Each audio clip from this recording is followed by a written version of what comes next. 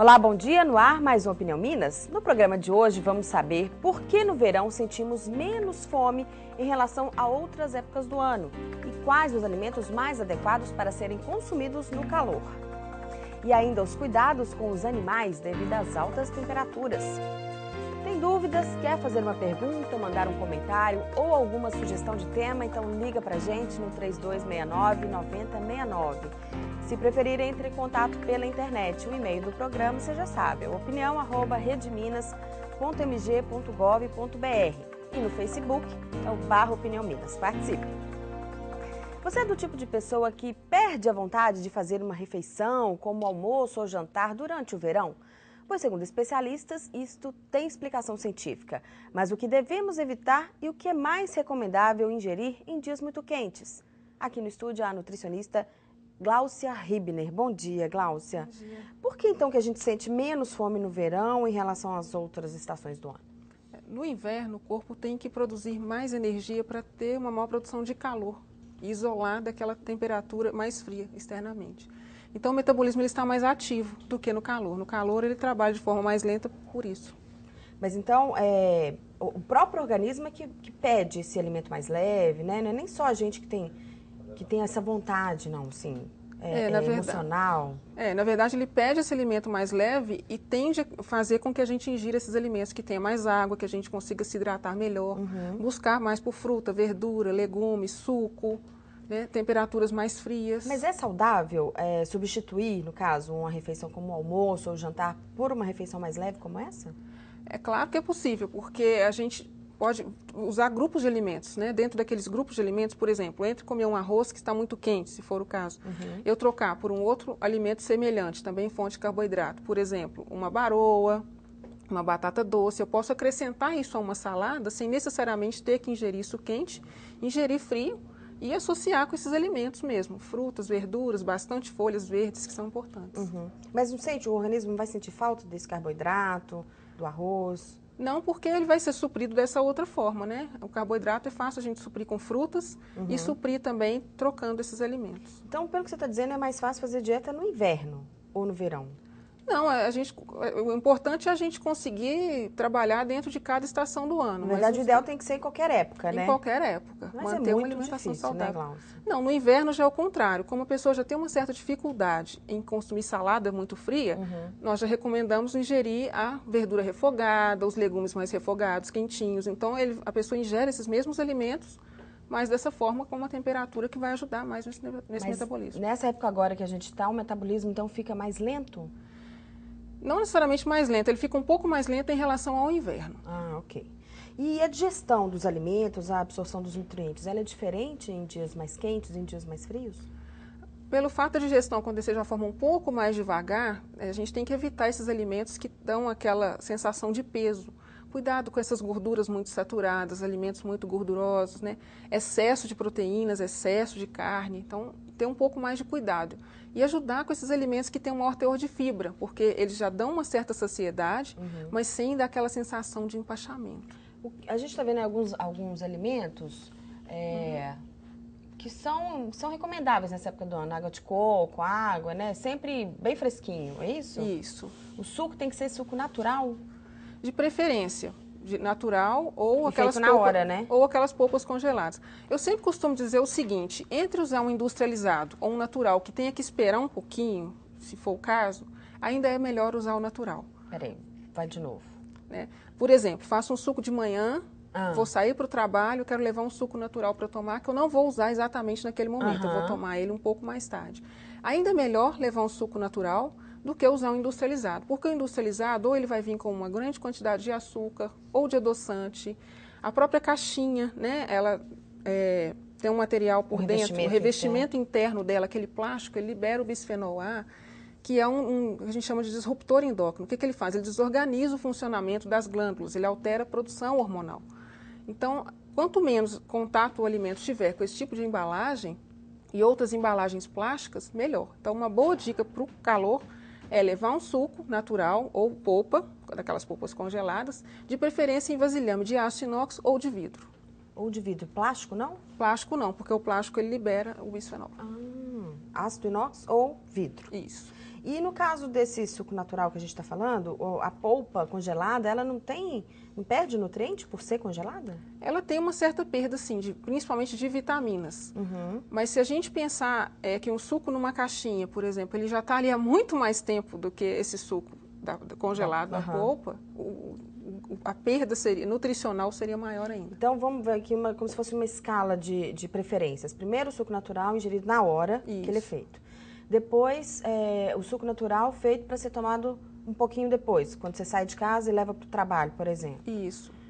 Depois disso, a polpa congelada. Isso. Uma água de coco natural. Natural. E aquela água de coco de caixinha, é o mesmo caso do suco? É o mesmo caso do suco. A caixinha também transmite para a água de coco o bisfenol. Então, e aí por último, então seriam esses sucos industrializados. Na pior das hipóteses, sim. Na pior das hipóteses. Quando a gente realmente não tem opção. Eu falo que esse é um recurso. Às vezes você está viajando num lugar onde não tem muito o que escolher, as condições de higiene, muitas das vezes em estradas, são precárias. Então, até por uma questão de higiene, a gente opta, sim, por esses sucos industrializados. E a quantidade de líquido que deve ser ingerido? Porque há controvérsias, né?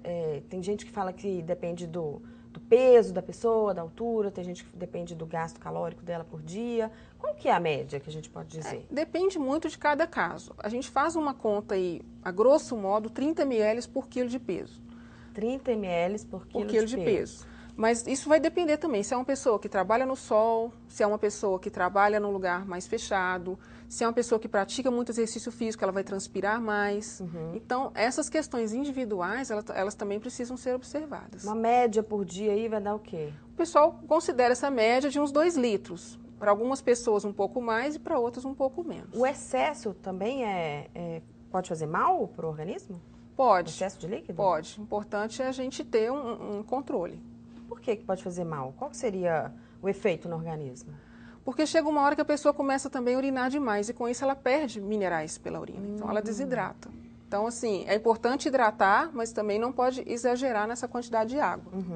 A Fabiana Lorezetto, ela mandou a pergunta querendo saber que tipo de suco é o melhor. E ela fala do suco em pó, aquele... Os instantâneos. Isso. Ele é recomendável? Ele é bastante prejudicial porque ele tem corantes artificiais, ele tem uma grande quantidade de açúcar ou de sódio, no caso dos que são light, né? Versão light e diet. É pior ainda, então? Ele é pior, ele não tem nada de natural. Toda fruta que tem ali é questão de sabor artificial que é acrescentado. Então, não é um suco recomendado de forma nenhuma para ninguém. Então, daquela listinha que a gente fez aqui, a última opção seria da caixinha, esse instantâneo esse nem seria opção. Nem opção. Nem entra na nossa lista, então.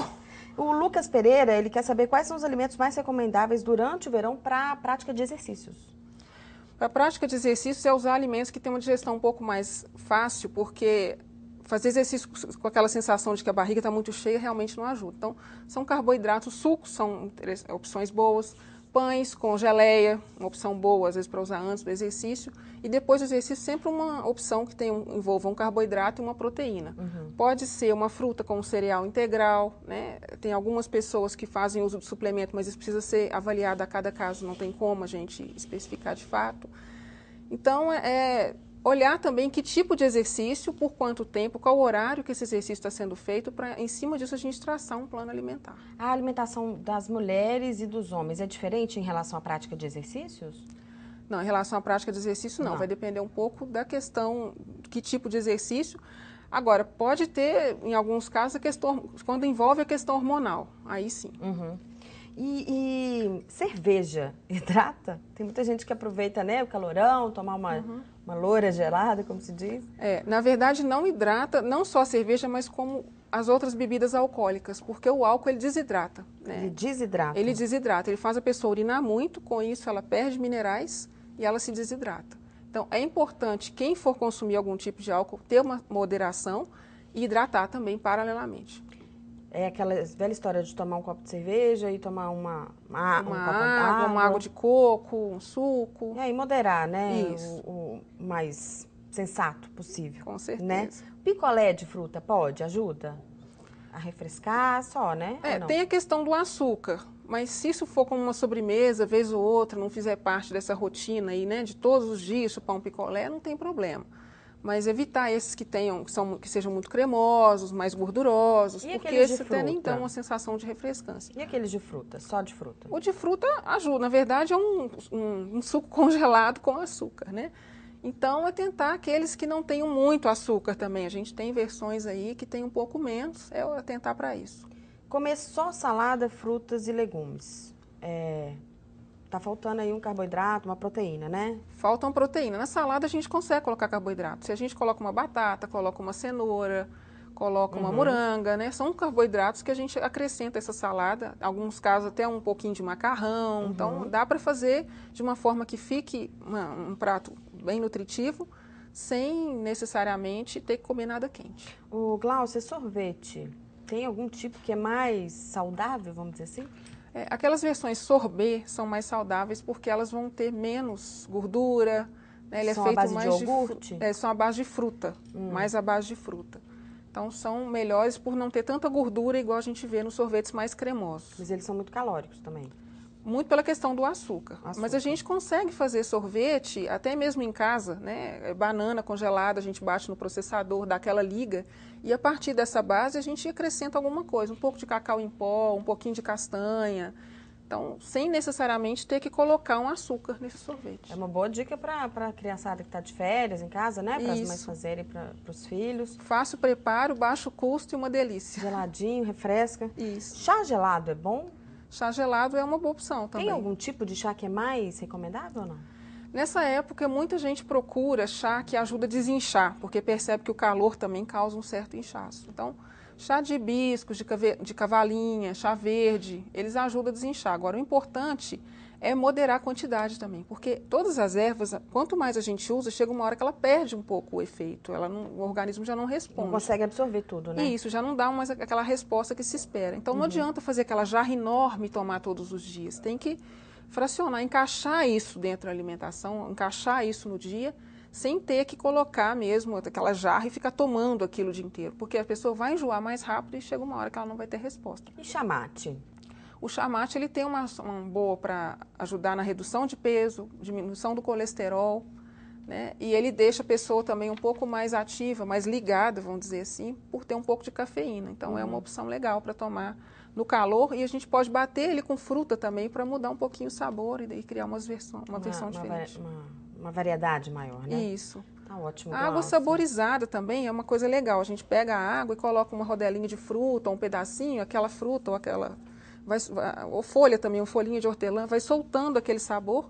É uma forma daquelas pessoas que têm dificuldade de ingerir água, tomar essa água, porque ela fica com um gostinho diferente. Mas sem açúcar, né? Sem porque o açúcar. O problema, o vilão aí nessa história é o açúcar, é isso? Isso. Senão vamos refrescar e vamos engordar tudo ao mesmo tempo, aí não vai dar certo. Refrescar com saúde. Obrigada, viu, Glaucia, pela sua Nada. presença. Bom dia. Bom dia, obrigada. No próximo bloco, vamos continuar a falar sobre a alimentação e os cuidados em dias quentes, mas para os bichinhos de estimação. Depois do intervalo, é rapidinho.